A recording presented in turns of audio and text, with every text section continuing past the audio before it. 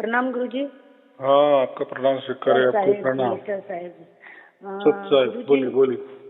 गुरुजी मैं तो आपसे ना 5-7 साल हो गए जब से वो जुड़ी हुई हूँ। सार हाँ शब्द हाँ मुझे हाँ, प्राप्त हो बहुत गए। अच्छे बहुत अच्छे, शुभ आशीर्वाद। पर गुरुजी प्रॉब्लम क्या है, अब घर वाले हमको अकेले वहाँ पुनः भेजते नहीं है ना। अकेले लेडीज है, गांव में रहते हैं तो। हाँ हाँ हाँ, बराबर है। तो गुरुजी मुझे भी वो राजयोग दीक्षा वो लेनी है। वो जो आप ओम ओम गायत्री साधना बोलते हैं ना, वो भी मुझे इच्छा है गुरुजी लेने की। पर अब कैसे करे वो। अभी ऐसा है, वो जो गा, गायत्री जो साधना है, अमृत गायत्री, वो तो हाँ। मैंने वीडियो पे सब कुछ खुली बताई है ना। वो वीडियो देख लो, उसमें समझ जाएगा। अच्छा, तो वो भी आपसे बिना लिए आपके आप आमने सामने बिना लिए कर सकते हैं वो। हाँ, इसलिए तो वीडियो में डाल दिया है, और हमने मैसेज भी सबको बांटे थे कि कोई भी सीख लो। अगर कोई उसमें प्रॉब्लम है तो बता दो, मैसेज करिए। और रही बात अभी आप जहाँ भी रहती है, तो कोई हमारे ऐसे संत भाई है कि वो घर जाके आपको सब कुछ बताएंगे। जैसे आपने कहा कि राजयोग चाहिए, वो भी आपको मिल जाएगा। या गुरु मंत्र आपने लिया है, तो गुरु मंत्र हाँ। का भी कैसा करना है, कैसी साधना करनी है, वो भी बताएंगे। बाद में ये जो अमृत गायत्री योग है, साधना है, वो भी बताएंगे। सब कुछ सार शब्द वाली जो साधना होती है, वो भी बताएंगे। तो अगर नहीं आपको, गुरुजी, तो फोन भी बहुत करते हैं गुरुजी, आप उठाते नहीं तो रोना आता है फिर कि क्या करें। भगवान प्राप्त तो वो प्रसार शब्द तो हो गया प्राप्त, पर गुरुजी फोन तो आ मेरे नहीं हाथों सकते। में नहीं रहता है।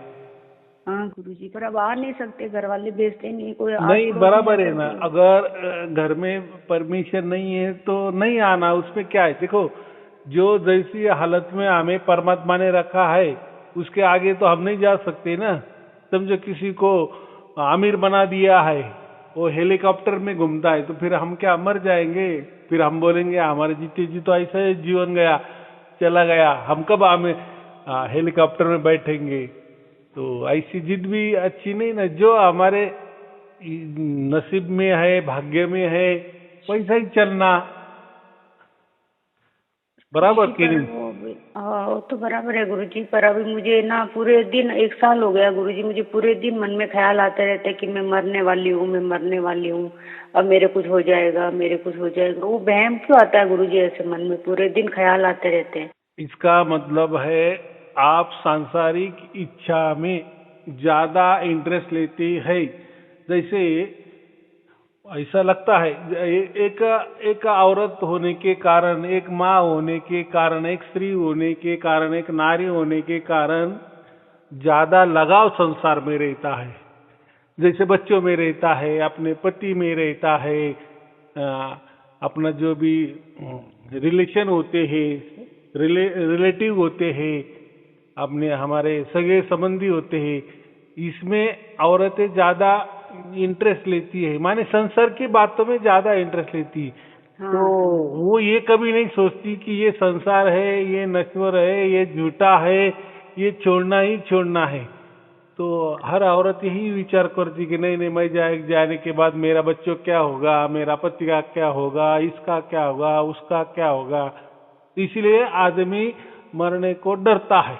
और बाकी लोग, जो आदमी भी डरते हैं मरने को, मरने के लिए तो सभी डरते हैं, ऐसा कुछ नहीं है। लेकिन फिर डर क्यों होता है? तो जिसकी संसार में ज्यादा इच्छा रहती है, रुचि होती है, या कोई उनके मन में जो क्या बोले महत्वाकांक्षा होती है, जो पूरी नहीं होती है। जैसे अभी मैं गरीब हूँ, मुझे आमिर बनना है, तो मैं इस जन्म में नहीं बनी, तो साहजिक वो बोलते कि नहीं, मैं अगले जन्म में ये करना, मुझे अमीर बनना है। या अभी नहीं तो बाद में बुढ़ापे में मैं आमिर बन जाऊंगी, या आमिर बनने के लिए कुछ तो भी करते रहना। तो बात ऐसी है, जहां हमारा मन अटक जाता है ना, हमारी आत्मा अटकती रहती है, तो इसीलिए हमें मरने से डर लगता है। लेकिन कबीर साहब ने क्या कहा है, उल्टा जो मरने से नहीं डरता उसका समझना कि मोक्ष के मार्ग में जो चल रहा है वो सही रास्ते चल रहा है। तो मरना होता ही क्या है, ये शरीर छूट के दूसरा शरीर मिल जाता है, सारी व्यवस्था होती है। अगर हमारे मन में भी कुछ है ना, तो वो परमात्मा समझो, ये सृष्टि ये समझो, प्रकृति समझो, ये पूरी कर ही देती है। ऐसे हमारे करोड़ों करोड़ जन्म हुए हैं, तो हर जन्म में जब देह त्यागते हैं तो हमें डर लगता ही है। लेकिन उसका मतलब ये भी नहीं है कि हम हमारे से मन से देह का त्याग करें, ऐसा नहीं है। जो भी प्रारब्ध में लिखा है, जितना भी हमारा उम्र है, देखो जन्म देने वाला भी परमात्मा होता है और हमारी जान लेने वाला भी एक परमात्मा होता है, माने एक सिस्टम होती है, उसके द्वारा ही करना है। लेकिन मरने से हम ये सोचे कि हमें इसी जन्म में मोक्ष कैसा मिल जाए। अभी रही आपकी बात का, आपको तो लेना है मोक्ष के लिए, राजयोग लेना है, मोक्ष के लिए वो अमृत गायत्री साधना लेनी है, मोक्ष के लिए आपको गीता पारायण मैंने कहा है। सभी ये जो हमने जो भी बताए सब मोक्ष के लिए काम आने वाले हैं, लेकिन वो करने पड़ते हैं। आपके वो 3 पारायण वो राज गीता के तो पढ़ने पड़ेंगे ना, 3 पारायण बराबर की नहीं, कम से कम 3 पारायण।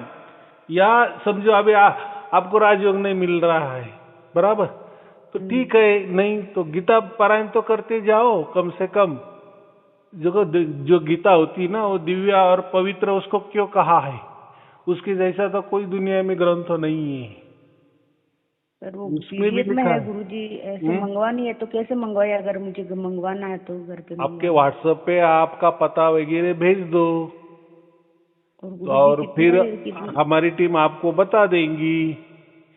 अच्छा, वो सब कुछ होता है, लेकिन जब आप उसमें रुचि लेंगे, आपको जो चाहिए, लेकिन आप पहला एक मन से हटा दो कि गुरुजी अलग अलग निकालते हैं।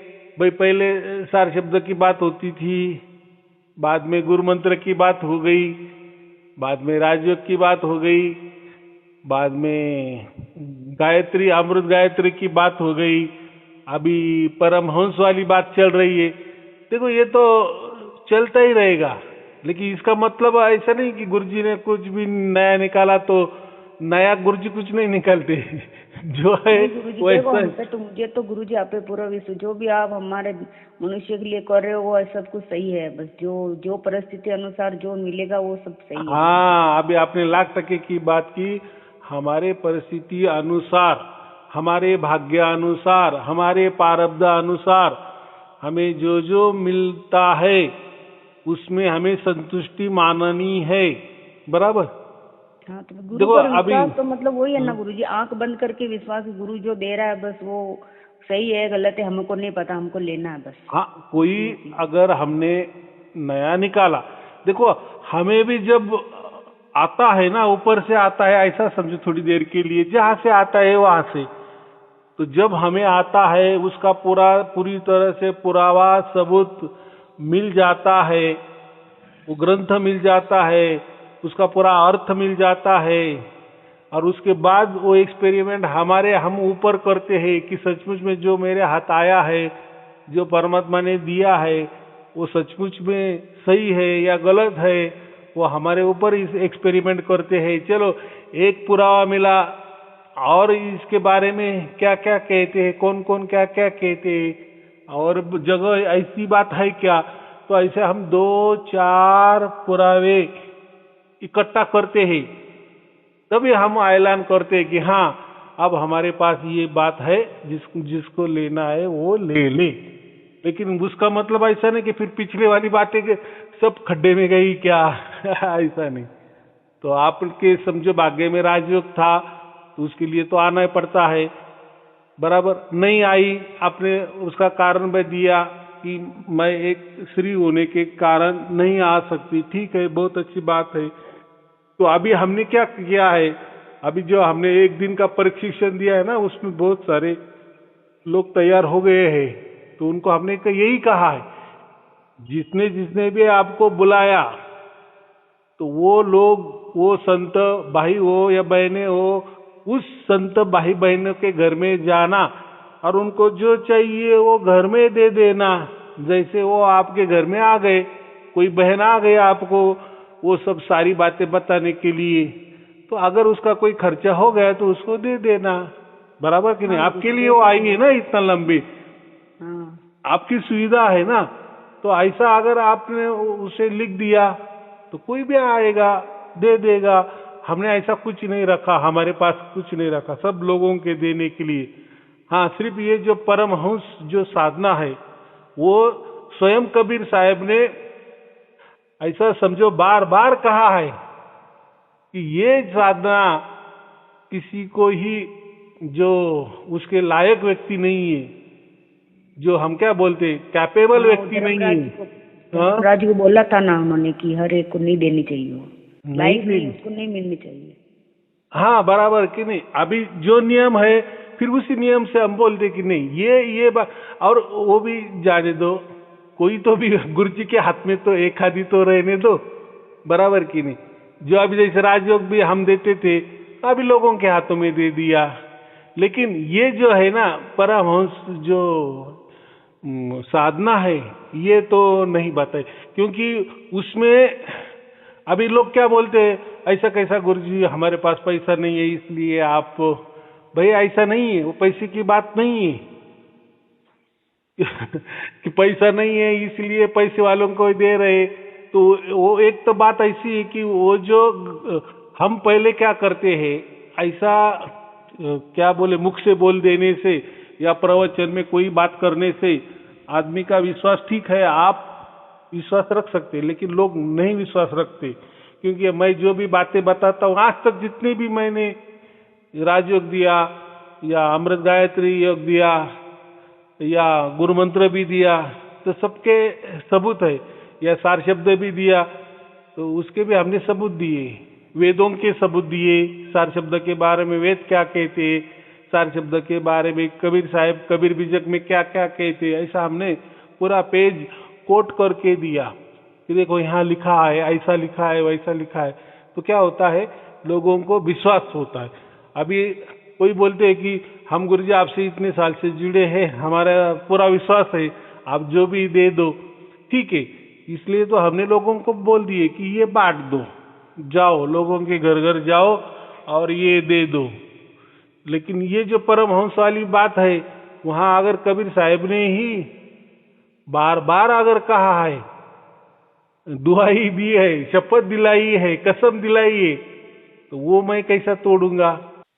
हाँ गुरु जी वो सारा सब उसमें है बीजक में, गुरु कबीरदास जी ने उसको बोला देखो है। ये जो सार शब्द का जो जिक्र है ना, तो पहली बात हमने क्या कहा है, कबीर साहब ने सार शब्द कितना खुला रखा है ना, कि भाई आपने दोनों कान दबाओ, आपने दोनों हाथों से जो भी अंदर में साउंड आता है, वाइब्रेशन आता है, जो फ्रीक्वेंसी हमें अनुभव होती है, उसको ही सार शब्द कहा है, बराबर।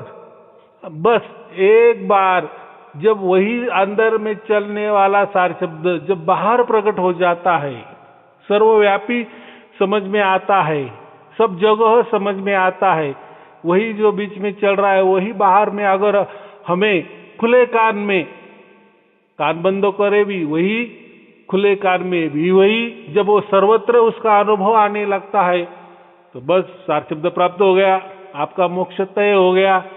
कितनी सीधी बात है। बस परमहंस ने आता है गुरु जी, 24 घंटा आता है, अंदर बाहर दोनों। फिर क्या है, फिर आपका मोक्ष तय है। तो अभी जो ये विचार आते हैं ना बार बार, तो इसका कोई संकेत है क्या प्रकृति का कि ऐसे देखो हमारा जो जन्म हुआ है ना,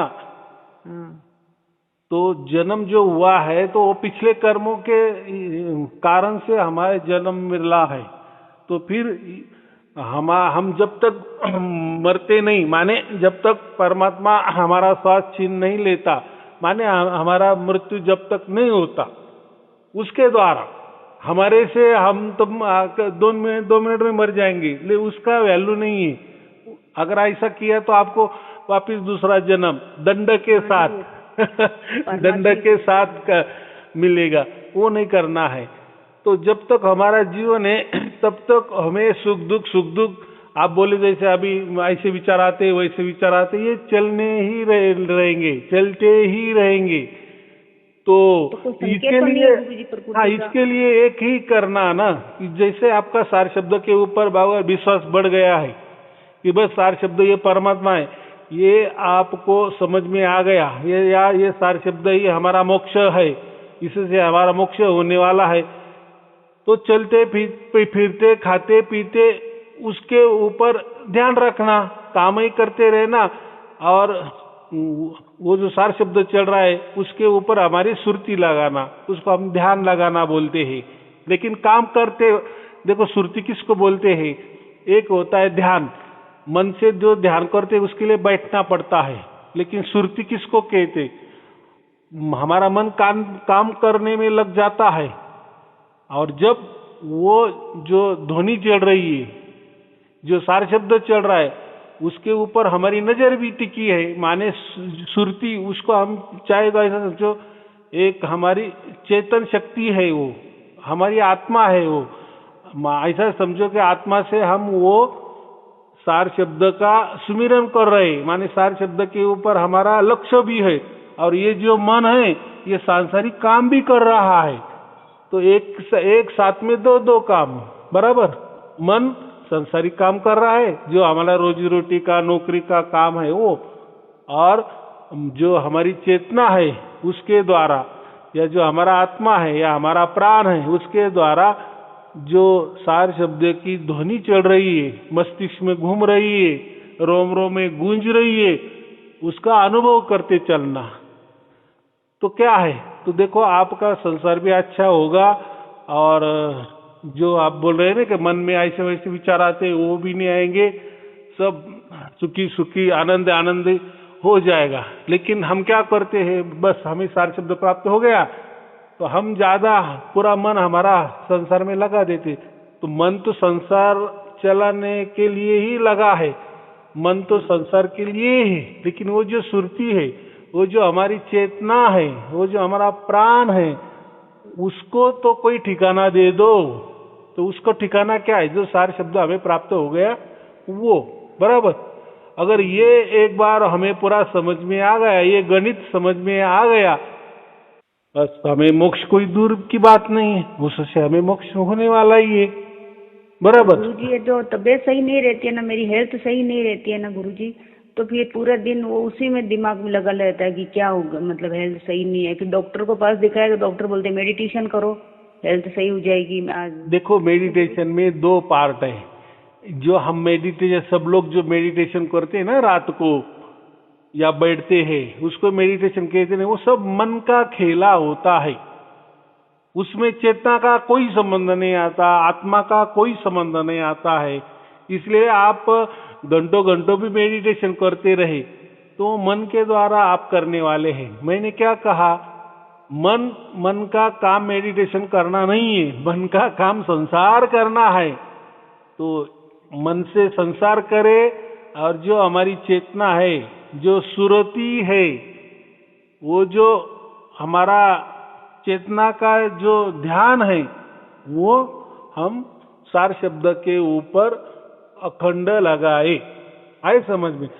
तो देखो फिर कितना फर्क पड़ने वाला है। तो अगर समझो आपको बैठ के वो सार शब्द पर ध्यान नहीं देना, आपने बोला ना ध्यान नहीं करना है। देखो मैंने वो भी कहा है 20-30 मिनट, ज्यादा नहीं, ऐसा मैंने कहा है, वो ध्यान करो। लेकिन कर सकते दोनों। लेकिन फायदा कब हो जाता है, जब हमारी आंखें खुली है और हम कुछ काम कर रहे हैं, टहल रहे हैं, खाना खा रहे हैं, घूम रहे हैं, फिर जो भी हम कर रहे हैं ना, उसमें अगर हमने हमारी सुरती वो जो सार शब्द के ऊपर लगाई तो उसका ज्यादा फायदा होता है। ना कि हम बैठे और हम बोले कि अभी चलो ध्यान में बैठेंगे और फिर हमारी सुरती वो शब्द के ऊपर लगाएंगे। तो पहले बात, हम मन लगा रहे या सुरती लगा रहे, ये दोनों को हमें जानना है, पहले उसकी प्रैक्टिस करना है। तो उसकी प्रैक्टिस तो मैंने क्या कहा, खुले माने बगैर ध्यान करके हम काम करते, अगर हमारी सुरती वो जो सार शब्द चढ़ रहा है उसके ऊपर लगाए तो ध्यान करने की आपको कोई आवश्यकता नहीं है, बराबर। तो संसार संसार मन के द्वारा होता है, और जो परमात्मा का चिंतन मनन वो सुरती द्वारा होता है। तो ध्यान में अगर ये समझ में आ गया, मैं ध्यान कर रहा हूं, ये मन से कर रहा हूं या मेरी चेतना से कर रहा हूं, अगर वो बात समझ में जिसको भी आ जाती है तो उसकी बल्ले बल्ले है। माने फिर देखो, वो जो ध्यान होता है ना, मैं जो कह रहा हूं चेतना से ध्यान करना, वो कैसा समझ में आता है कि मैं मन से ध्यान कर रहा हूं कि चेतना से ध्यान करना, आत्मा से ध्यान करना, कि जो सर्वश्रेष्ठ ध्यान होता है। जो भी हम चेतना से ध्यान करते हैं वो सर्वोच्च ध्यान होता है, सर्वोच्च ध्यान, उसके ऊपर कोई ध्यान की विधि नहीं। अभी ये कैसा समझना, मन द्वारा ध्यान और चेतना द्वारा ध्यान। तो मन काम करते करते मतलब वो महसूस कर रहे हैं कि हाँ बस आवाज आ रहा है, चल रहा है, और नीचे हम काम भी करते, ये तो चलो, ये तो जागृति वाला मामला हो गया, बराबर। लेकिन आपने जो पूछा ना कि मैं ध्यान करना चाहती हूँ या मैं ध्यान करती हूँ, नहीं गुरुजी, मैं ऐसा नहीं बोल रही हूँ, मतलब डॉक्टर ने ऐसे बोला कि आप मेडिटेशन कर नहीं रहे हो, इसलिए आप मेडिटेशन करो, आप हेल्थ सही हो जाएगी। हाँ बराबर, तो वो मन से करते है ना, वो मन से करते हैं और मन शांत होता है। तो मन शांत करने के तो बहुत सारे ट्रिक है आजकल। तो जो हमारा देता है ना, देखो मुझे तो आपने बोला वो सही है ना, हम लिए, हमारे लिए तो आप गुरु, आप जो बोलेंगे वो सही। डॉक्टर तो कुछ भी बोलते हैं, उनका क्या। देखो डॉक्टर जो बोलते को भी पता नहीं एक्चुअली वो सार शब्द क्या है, तो वो तो फिर मेडिटेशन पे अटके है ना डॉक्टर भी तो। हाँ, तो मैं अभी वही बताता हूँ, उनका जो मेडिटेशन है, या पूरे दुनिया में जो भी लोग मेडिटेशन करते हैं वो मन के द्वारा करते हैं। अभी मन के द्वारा मेडिटेशन करना और चेतना से मेडिटेशन करना, ये थोड़ा सा दोनों भी, एक पूरब है और एक पश्चिम है, एक जमीन है तो दूसरा आसमान है, पूरा दोनों भी विरुद्ध है। कैसा, आप जब भी मेडिटेशन करने बैठेंगी तो हम हमारे द्वारा परमात्मा के ऊपर या कोई मंत्र लेंगे या कोई जाप करेंगे या अजापा करेंगे या जो परमात्मा का कोई नाम लेंगे या कहीं टकटकी लगाएंगे या किसी विचार में खो जाएंगे, तो इसको कहते हैं मेडिटेशन। जो डॉक्टर लोग बोलते हैं ये कैसा हो गया, ये मन से होता है। मन से परमात्मा की ओर जाने को ध्यान कहते हैं, मेडिटेशन कहते हैं, बराबर। और जो कबीर साहब ने कहा है मेडिटेशन, वो क्या कहा है, वो सहज साधना कही है। तो वो सहज साधना कैसी, कि जो हो रहा है तो उससे हम साक्षी भाव से देखना, कुछ करना नहीं, हमसे या हमारे मन से, हमारे शरीर से कुछ भी नहीं करना, लेकिन जो हो रहा है बस उसका साक्षी बनना या सुनना। जैसे अभी आपको सार शब्द की प्राप्ति हो गई है, तो जब आप ध्यान करने बैठेंगे ना, तो जो मस्तिष्क में हमारा आवाज चढ़ रहा है उसको सुनना। तो वो कौन सुनता है, तो वो हमारी चेतना सुनती है, हमारी आत्मा सुनती है। वो सहज समाधि हो गई, वो ध्यान नहीं हुआ।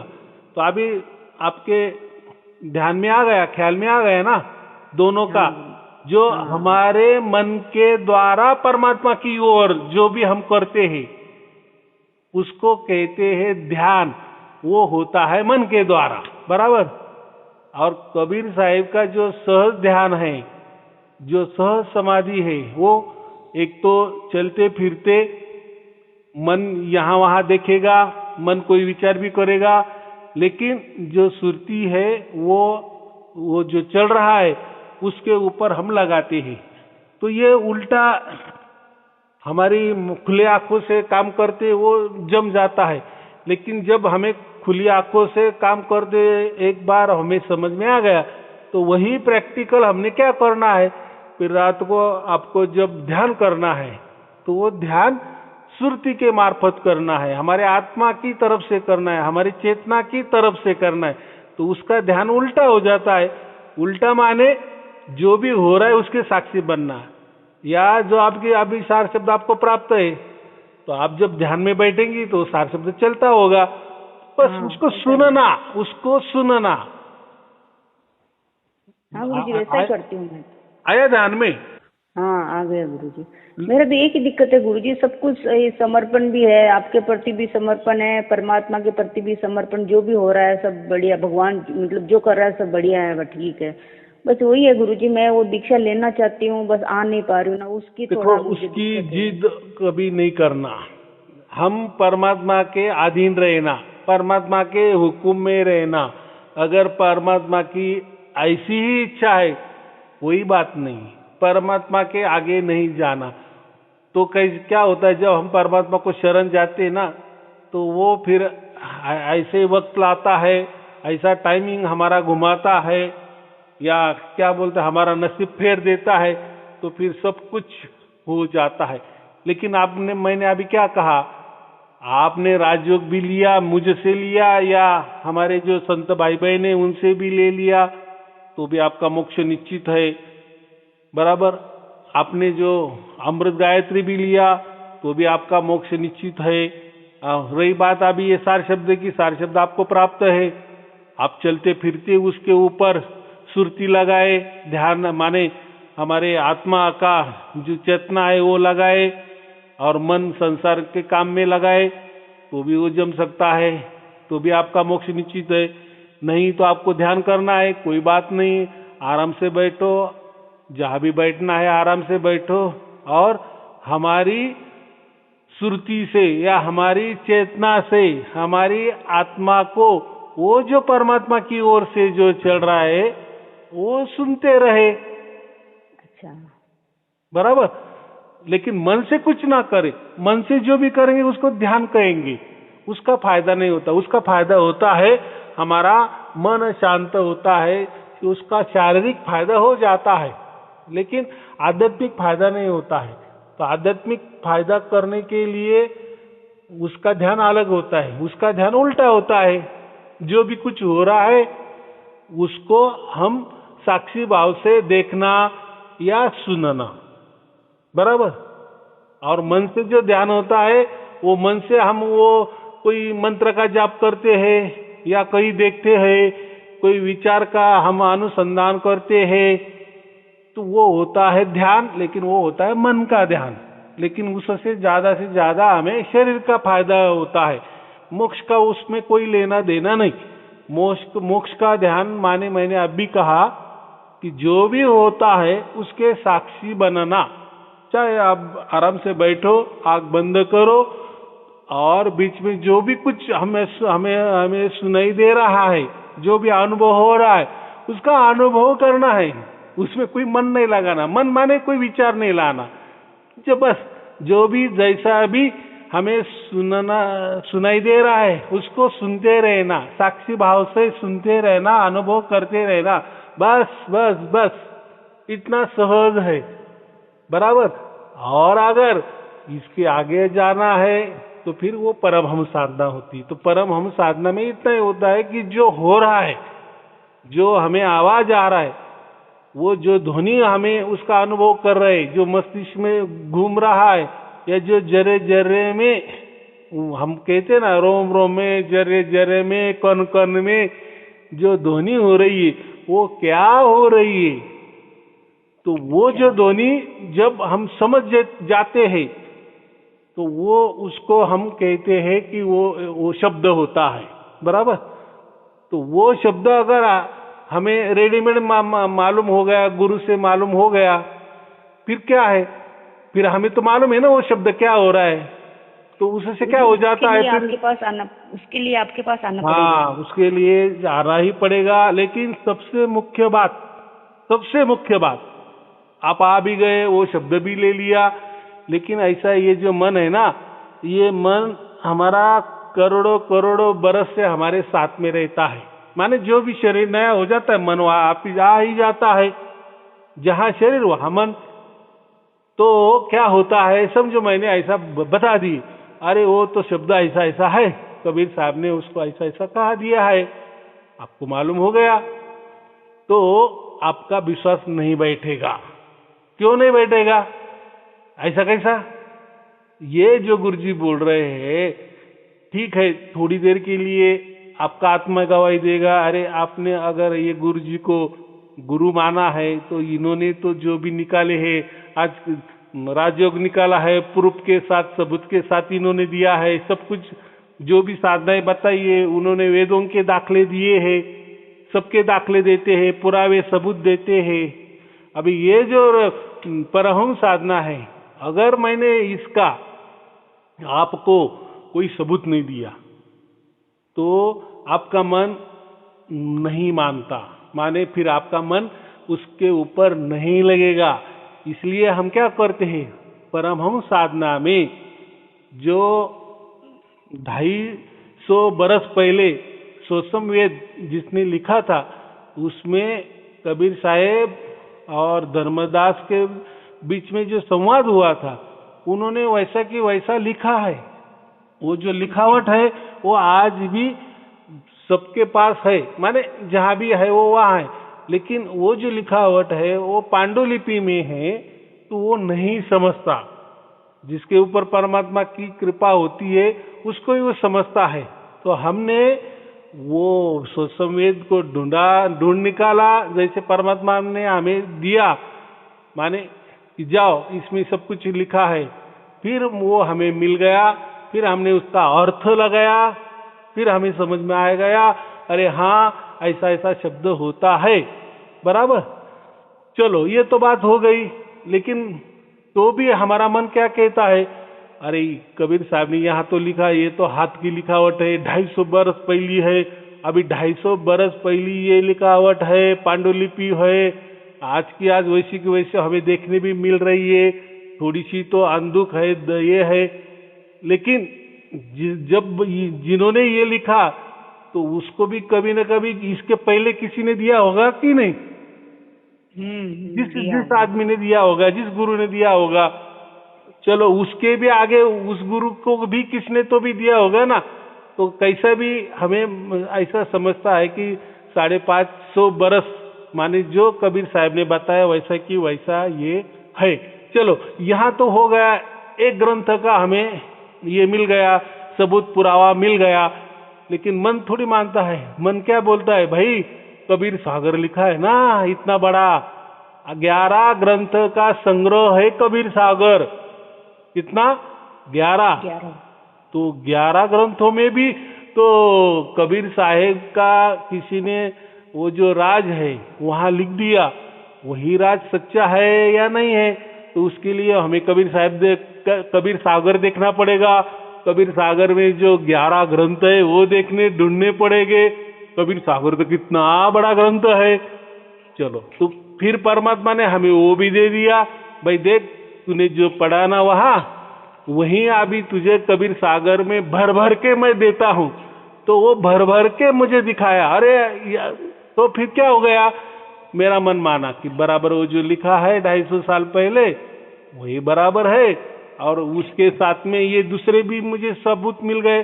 तो एक शब्द के लिए, या वो जो सार शब्द हम उसको कहते हैं कि जो शब्द हमें चल रहा है, तो उसके पुरावे ऐसे हमें बहुत सारे मिले। फिर वो तो मिल गए, फिर हमने हमारे ऊपर उसका एक्सपेरिमेंट किया, बराबर। देखो 3 बातें हो गई, पुरावे तो मिल गए, और एक नहीं तो बहुत सारे पुरावे मिल गए, बहुत सारे ग्रंथों के पुरावे मिल गए। ये तो बात हो गई, शब्द तो पक्का मिल गया।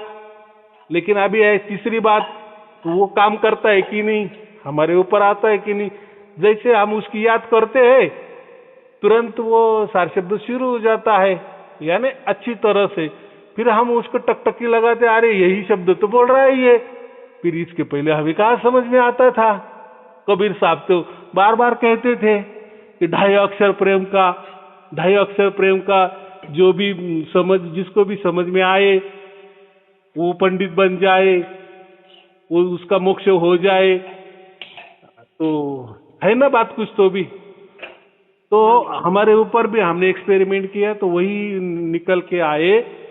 फिर उसमें ये भी हमें समझ में आया कि ये जो गुप्त रखा था कबीर साहब ने, क्यों बारंबार कहते थे कि ये गुप्त है गुप्त है, तो उसमें फिर वो भी लिखा है कि 12 पंथ के बाद सब 12 पंथ मिट जाएंगे और ये जो अक्षर है वो उसी को मिल जाएगा, माने जो परमहंस संत होगा उसी को ये मिल जाएगा। बस इसलिए वो गुप्त रखा था। तो देखो कितना कहां से कहा गया ये ये आग कहां से कहां लग गई। तो ये जो राज होते हैं, संतों के राज होते हैं, वो ऐसे खुलते हैं। बराबर क्या इसके पहले कबीर सागर किसी ने पढ़े नहीं है क्या? तो मैंने तो बहुत सारे कबीर पंथियों का भी प्रवचन सुनता हूँ। तो ये शब्द देता है, ये मंत्र देता है, वो मंत्र देता है, कोई शब्द देता है, कोई अक्षर देता है, कोई शब्द देते हैं, कोई ना कुछ देते हैं। लेकिन वो गुरुजी 52 अक्षरों में उलझा के रखते हैं वो। हाँ, तो वो 12 पंथ वाले में सब वो भी मैंने पुरावा निकाला कि 52 जो 12 पंथ है वो क्या क्या देने वाले, ये तो भविष्यवाणी कबीर साहब ने निकाली है। लेकिन ये राज मेरा कब खुल जाएगा? जब ये शब्द जिसको मिल जाएगा, ये राम नाम जिसको मिल जाएगा, तो वही मेरा असली है। माने जो मेरा उसमें वो लिखा है, जो भी लिखा है वो, तो मुझे क्या कहना है। तो देखो फिर हम जब अभी जो परमहंस संत बनने जा रहे हैं, देखो परमहंस संत बनने के लिए हमने कितना कैटेगरी लगाए कि भाई कभी न कभी तू गुरुजी के सामने आना चाहिए, कभी न कभी तू राजयोग भी लेना चाहिए, बराबर कि नहीं?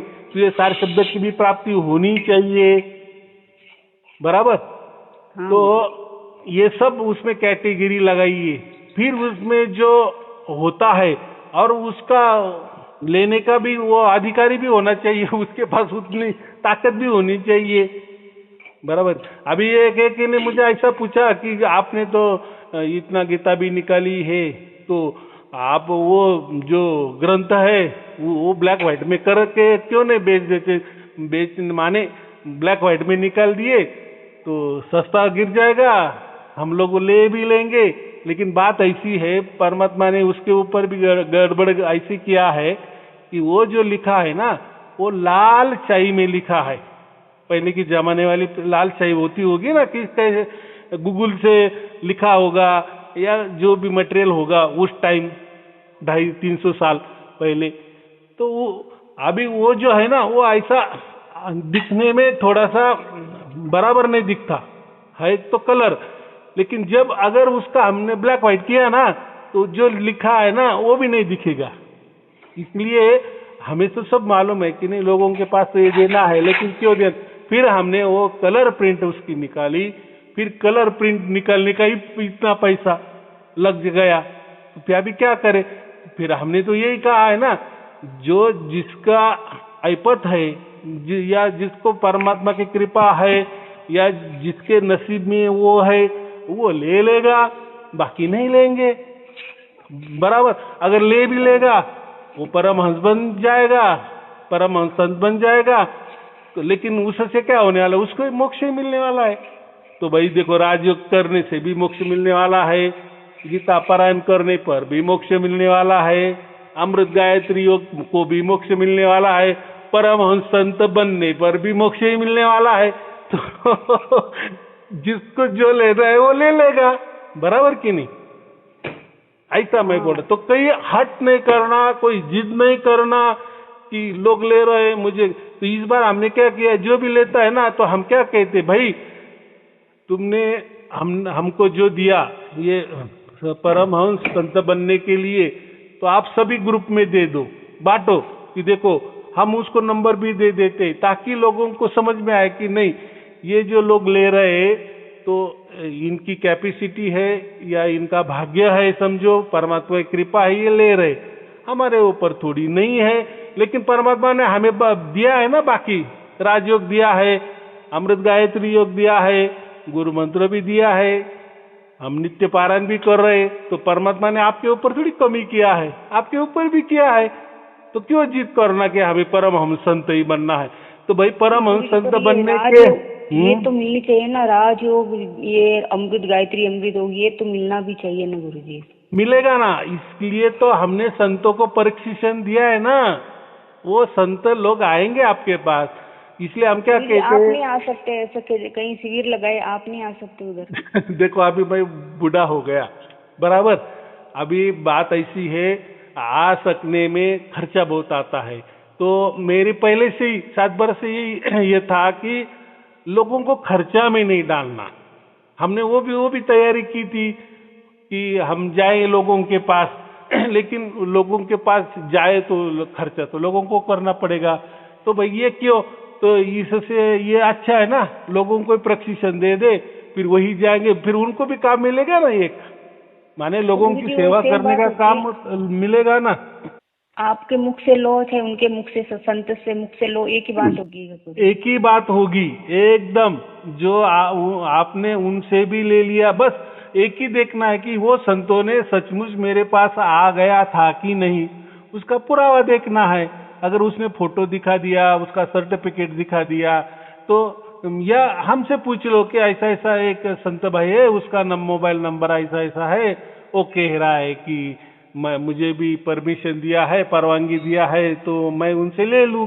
तो हमारी टीम तत्काल आपको बोल देगी कि हाँ ये संत हमारे पास का है, ये आ गया है, तो इनसे ले लो, बराबर। फिर कभी न कभी जिन्होंने भी उनके पास से लिए, जो आज दे रहे, अभी उसमें एक शैलेंद्र तिवारी नाम के जो संत है, वो तो बहुत बढ़िया काम कर रहे, घर घर में जाके लोगों को समझा दे रहे, उनका फोटो भी खींचते तो ग्रुप में डालते हैं ना, समझता है कि हाँ चल रहा है। तो ऐसे काम करने वाले लोग हैं, तो उनको भी बुला लो। शैलेंद्र पांडे जी कहाँ के रहने वाले? अभी वो ऐसे घूमते हैं, कभी दिल्ली रहते, कभी अहमदाबाद रहते, जहाँ भी अभी जिसको भी उनको बुला लिए तो वो जाते हैं। तो देखो ऐसे बहुत सारे लोग भी जाते होंगे, वो हमें नहीं समझ में आता। राजस्थान में नहीं है क्या कोई जो वो राजयोग दीक्षा देने वाले? तो आपका पता आपके व्हाट्सएप ग्रुप में लिखो कि मुझे ये चाहिए, तो जिसको सुविधाजनक लगेगा, जो संत होगा, भाई होगा या बहन होगी, वो आपसे कांटेक्ट करेगी कि हाँ ठीक है, मैं आ रही, मैं दे रही हूँ, उनसे ले लेना। और कभी न कभी जब आपका अच्छा काल आ जाएगा या आप उतनी सक्षम हो जाएगी, तो किसी को साथ में लेकर कभी न कभी हमारे पास आ जाओ, वापिस मैं वो दीक्षा दे दूंगा, राजयोग की दीक्षा, वो सभी दीक्षा वापिस में, आप बोले ना आपसे मुख से मिलना चाहिए, वो भी दे दूंगा, उसमें क्या है। हाँ गुरु जी, थोड़ा ये लड़का है ना, ये इसकी जॉब बॉम्बे में या पुणे में लगने वाली है, तो अभी इसकी पढ़ाई चल रही है गुरु जी। एक बार ये सेट हो जाए ना, फिर तो आ सकती हूँ उसके। हाँ देखो, तो परमात्मा पर विश्वास रखना, परमात्मा सब कुछ करता है, उस बहाने आपका लड़के का भी अच्छा हो जाएगा, वो पुनः भी लग जाएगा, तो उसी बहाने आप आ जा सकती है। देखो ऐसी भावना चाहिए, लेकिन जिद नहीं करना कि लोगों ने तो ये लिया, वो लिया, वो लिया, वो लिया, और हम तो ऐसे अकेले ऐसे बैठ गए, हम कब करेंगे, अगर हमारा कुछ हो गया तो कुछ नहीं होने वाला है। जिसको भी सार शब्द की प्राप्ति हो गई है या हमसे जो भी जुड़े हैं, उनका सब कल्याण होने वाला है। ये श्रद्धा रखनी, ये विश्वास रखना कि हमारे साथ परमात्मा है, ठीक है।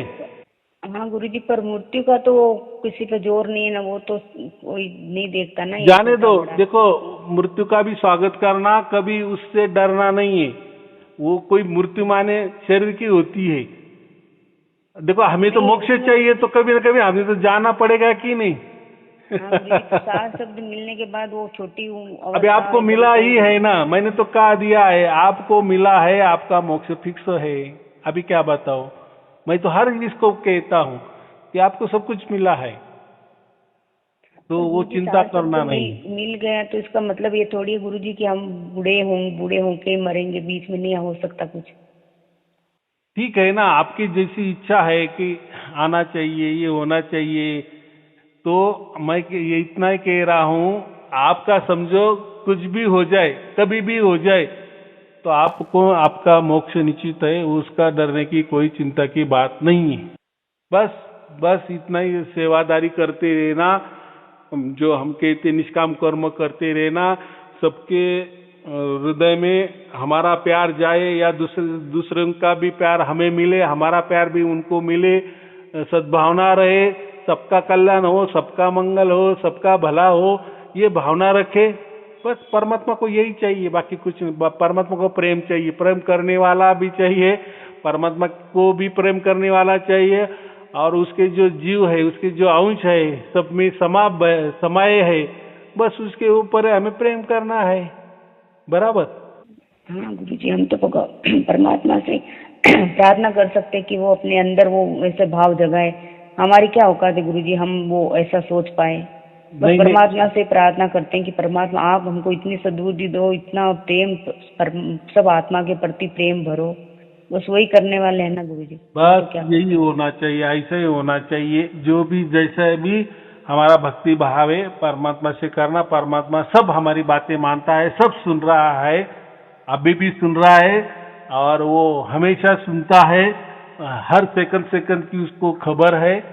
लेकिन भावना अगर अच्छी रहती है तो परमात्मा वो काम कर ही देता है। ठीक है, चलो। हाँ ठीक आपको गुरुजी, और एक आपके, बात और। हाँ, गुरुजी एक बात, बोलो। अगर मैंने वो गीता के पढ़ाई पूरे नहीं किए और अगर मेरा पुनः आना हुआ तो गुरुजी वो मुझे दीक्षा मिल जाएगी वो क्यों राजयोग के नहीं कारण? मिलेगी, क्यों नहीं मिलेगी? देखो, जिस जिस दीक्षा का नियम जो जो लगा है, जैसे आपने कहा राजयोग दीक्षा, उसके लिए हमने क्या तय किया है भाई? गीता आपके पास हमारी ट्रस्ट वाली होनी चाहिए, या उसके 3 पारायण कम से कम होने चाहिए, और 3 पारायण जैसे जैसे होते वैसे वैसे आप ग्रुप में भी डाल देना चाहिए। हमारी टीम सब नोट करती रहती है। जब भी आप दीक्षा लेने आएंगे तो हम वो चेक करेंगे, आपको राजयोग वाली दीक्षा भी मिल जाएगी। तो हर दीक्षा के जो नियम है, उस नियम के अनुसार चले तो कोई दिक्कत नहीं है, सब कुछ मिल जाएगा। नहीं, बराबर। वहाँ पर आधार कार्ड वगैरह लेके आना पड़ेगा गुरुजी? वो ऐसा है कि वो एंट्री के लिए अच्छा हाँ। जो चौकीदार होता है ना, वो बहुत हाँ बड़ा हाँ। सोसाइटी है, ऐसा समझो 4-5 हजार लोग रहते हैं। अच्छा तो अच्छा हाँ। सबके एंट्री के भाई कहाँ जा रहे हो, किसके यहाँ जा रहे हो, आप कौन हो, तो वो सब पूछते हैं ना, तो उनको तो दिखाना पड़ता है ना। जैसे आपने बोल दिया हम गुरु जी के पास जा रहे, तो आपको छोड़ देंगे, लेकिन आपके पास भी कुछ तो भी आधार कार्ड कुछ तो भी तो चाहिए ना। चाहिए हाँ, वो तो चाहिए गुरुजी। तो ऐसा है ना, दुनिया में कुछ न कुछ घटना होती है, तो वैसा उन्होंने नियम निकाला है, तो उस नियम के आधार पे हमें चलना है। वही तो बराबर। गुरुजी, ये घटना हो रही है ना, इसीलिए घर वाले अकेले को नहीं भेजते कि कौन नहीं गुरु जाना, है पता अगर नहीं हमारे कौन। घर वाले राजी नहीं है तो नहीं जाना। क्या है, मैं क्या बोल रहा हूँ, बस परमात्मा को प्रार्थना करो, परमात्मा ऐसा जुगाड़ कर देगा, सब कुछ आपके मन के अनुसार हो जाएगा। बस। पर गुरुजी वो गीता ग्रंथ में मैं वहीं से वहाँ आके ले लूँ ना, अभी तो नहीं मंगवा सकती इधर में। वहाँ ले। चलेगा, चलेगा, हाँ, कोई बात नहीं है। वो आपने पीडीएफ में भेजा ना, वो पारायण कर लेती हूँ मैं फिर। बस चलेगा। हम तो इसलिए देते हैं ना, जो जो हमारे से बनता है, जो जो हमारे क्या बोले विना मूल्य हम देते हैं, ऐसे ही देते हैं। तो हम सबको बताते हैं कि भाई जिसकी ये नहीं कैपेसिटी, वो जाके किसी इसकी कॉपी बना लो और पारायण चलने दो। क्योंकि जो हम बोलते हैं ना, काल ज्यादा चल रहा है, कठिन चल रहा है, और कठिन चलने वाला है, तो गीता ग्रंथ का आधार कम से कम, चलो आपको राजयोग नहीं, आपको ये नहीं, आपको वो नहीं, तो ये तो बहुत सहज वाला मामला है।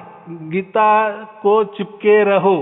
पहले के जमाने में कोई आदमी मृत्यु को प्राप्त हो जाता था, तो उसके घर में गीता का पारायण होता था। बाद में तो ये पद्धति बंद हो गई, गीता की जगह गरुड़ पुराण आ गया, पुराणों का फिर सिलसिला शुरू हो गया। लेकिन पहले के जमाने से, पुरातन काल से गीता का पाठ ही हो जाता था। या कोई आदमी मर गया, गुरुजी कहीं कहीं जगह अभी भी होता है, कोई इंसान बूढ़ा है मर रहा है तो उसके लिए बोलते हैं कि गीता गीता सुना दो, उसको गीता सुना दो। हाँ, तो जो जैसा कोई मर जाता है ना, उसको उठाने से पहले अध्याय नंबर 15 का पाठ किया जाता है। जो संस्कृत वाले श्लोक है ना, वो सब मिलके 15 अध्याय का पाठ करते हैं। पुरुषोत्तम योग जो है ना, उसका पाठ करते हैं। और बाद में उसको दफना के आए या जला के आए के बाद जो 10 दिन बचते हैं, उसके अंदर वो गीता का पाठ करते हैं, रखवाते हैं। ये भी बात। तो मुझे इतना ही कहना है भाई, वो मरने के बाद वो क्या होता है वो जाने दो, लेकिन पहले तो हमने हमारे घर में चलने दो, चल के रहने दो, नित्य करते चलो। कोई बोले अभी 3 पारण हो गए, तो मैं बोलता हूँ बस हो गया, क्योंकि आपको आगे वाली शिक्षा लेनी है, दीक्षा लेनी है। लेकिन आपको अगर वो दीक्षा को टाइम नहीं है, नहीं जाने को मिल रहा है, नहीं वैसा कोई सौभाग्य हमें नहीं बन रहा है, तो फिर नित्य पारायण चलने दो। तो देखो उसका भी परिणाम है। गुरुजी फिलहाल के लिए जो साधक लिए रखे हैं दीक्षा, आपने उनको नियुक्त किया, उनसे ले ले, फिर जब मौका मिलेगा आपसे ले लेना। हाँ, बहुत लाख टके की बात किया। ऐसा ही करना, ऐसा ही करना। साधना शुरू करे वो तक। हाँ, वो लोग भी बताते हैं कि भाई हमने हमारा काम कर दिया, गुरुजी का संदेशा पहुंचा दिया, लेकिन कभी भी आपको जब भी मौका आए, जब भी टाइम मिले, मरने के पहले कभी न कभी गुरुजी के पास जाना। ये बताते हैं, हम भी वही बताते हैं, बाकी क्या है। बराबर। चलो ठीक है, आपको और आपके परिवार के लिए शुभ आशीर्वाद, मंगल आशीर्वाद, सत्य। ओम तत्सत, ओम तत्सत।